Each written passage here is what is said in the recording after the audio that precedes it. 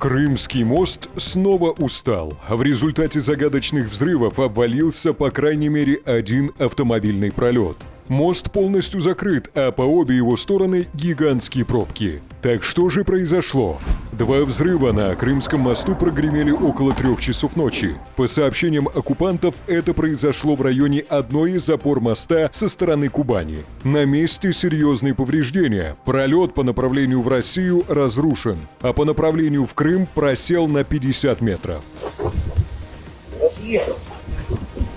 Также в результате взрыва погибли 2 человек, предположительно российских туристов. Это супружеская пара из Белгородской области. Их 14-летняя дочь получила травмы. В Следственном комитете России уже обвинили в произошедшем Украину. Официальный Киев ответственности на себя традиционно не взял. Но источники BBC в СБУ сообщили, атака на Крымский мост была спецоперацией ВМС Украины и СБУ. Мол, это сделали с помощью надводных дронов.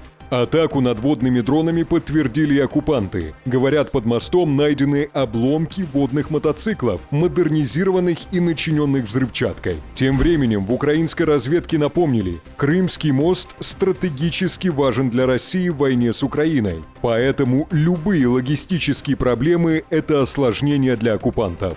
Весь мир видит многокилометровые заторы и нарушения мостовых конструкций. Что касается дополнительных комментариев, мы не комментируем. Разве что можно процитировать слова Кирилла Буданова, что Крымский мост – конструкция лишняя. Тем временем спикер командования Юг ВСУ Наталья Гуменюк заявила, взрывы на Крымском мосту могут быть провокацией России на фоне обсуждения зерновой сделки. Дуже велике корабельне угруповання, навіть нетипово велике, спостерігалося цими днями в районі якраз Кримського мосту. Створення подібних провокацій, про які дуже гучно одразу рапортує окупаційна влада Криму, це є типовим способом вирішення подібних питань з боку окупаційної влади Крима і взагалі країни-агресора.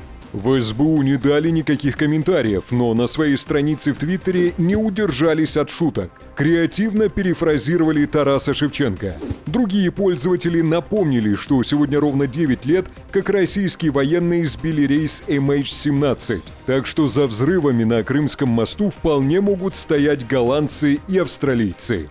И пока в российских соцсетях традиционный вой, там призывают Кремль к страшной мести. Ведь ровно год назад Дмитрий Медведев угрожал украинцам судным днем за попытки вернуть Крым. Однако ничего подобного не произошло даже после первой атаки на Крымский мост, как раз к 70-летию Путина. Тем временем оккупационные власти Крыма призывают россиян ехать на полуостров по оккупированным территориям Украины. Вот она, дорога смерти, прямо под обстрелами. Но если что-то случится в Чонгаре, не останется и ее. Так что ждем полной изоляции Крыма.